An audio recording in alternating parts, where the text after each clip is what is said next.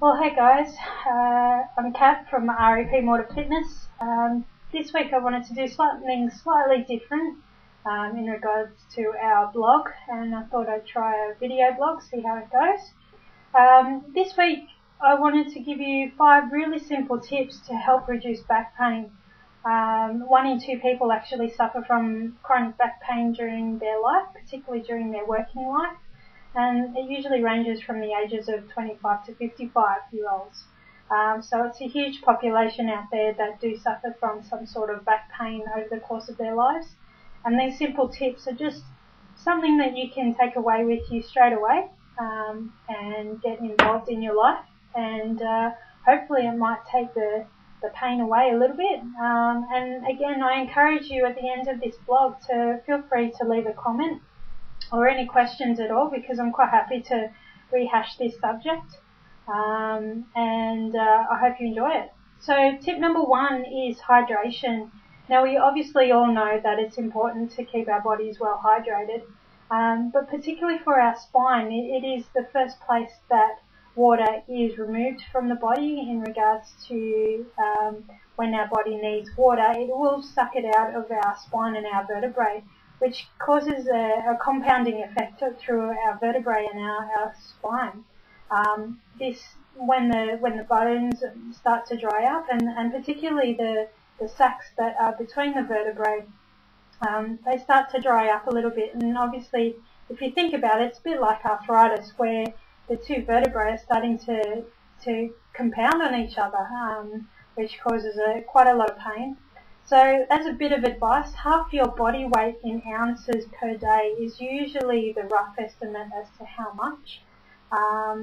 It's pretty easy. It's roughly about 1.5 to 2 litres, obviously depending on your body weight, but that's usually the general rule. Tip number 2, it all starts with the core. Now, everybody knows about the core, but nobody really knows what it involves. Your core muscles are usually the muscles of your transverse abdominis, which runs like a weight belt around the bottom part of your belly, your obliques, also known as your love handle muscles, your backside, so your glutes, some muscles of your back, your erector spinae, which are small muscles that run all the way down your spine and help you stay erect, really. And a few other smaller muscles as well, including your diaphragm, which you obviously use to breathe, and for those of you that like to sing. So core exercises that involve not crunches and not sit-ups, but that involve the deeper muscles of your abdominal wall. Building up the strength through there is going to create a nice foundation for your spine, protect your spine, and also it's essentially where most movement comes from. So with a strong core comes stronger movement, whether you're a thrower or a catcher or a runner. No matter what type of lifestyle you lead in terms of your physical activity, having a strong core is integral in creating that muscle efficiency to do your exercise.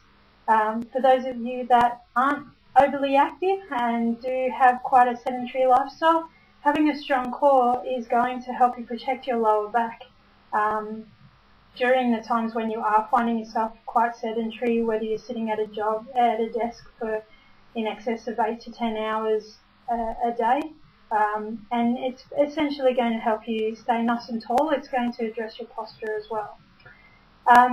Workplace ergonomics, believe it or not, is probably one of the biggest considerations in regards to posture and also back pain.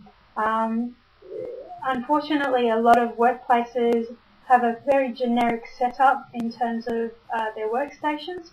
So having a workplace assessment is really essential to making sure that chairs, desks, computers, and any sort of paraphernalia that you use at your work desk is suitable for your height and your size. So check out HR, and they usually are the ones who can take care of that for you at no cost to you, of course.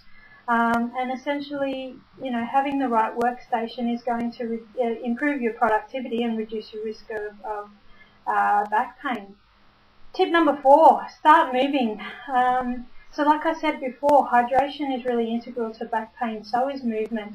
A lot of people believe that by sitting, if you do experience some sort of back pain, sitting or staying still or resting is actually good for it. In fact, it's actually been proven incorrect. The more movement you do will allow more fluid to pump in and out of your spine. And as I said before, the more movement that you do or the more hydration that you have in your spine, the more fluidity there is around your vertebrae. So keep moving, lots of stretching, lots of moving. Even just a simple walk is just enough to just get the blood flowing and get that pain moved away from the center or where your spine is. And tip number 5 is nutrition. So having a good quality whole foods diet is essential to getting the right nutrition into your body and making sure that your body is working with the right level of fuel. So for example, I often use this analogy with my clients. If you were to drive a top market car, let's say a Porsche for example, what type of fuel would you use to get that car to move? It would be high octane, it would be premium unleaded, whatever the top level of fuel is that is available to you, I'm sure you would put into your vehicle. And it goes the same with your body.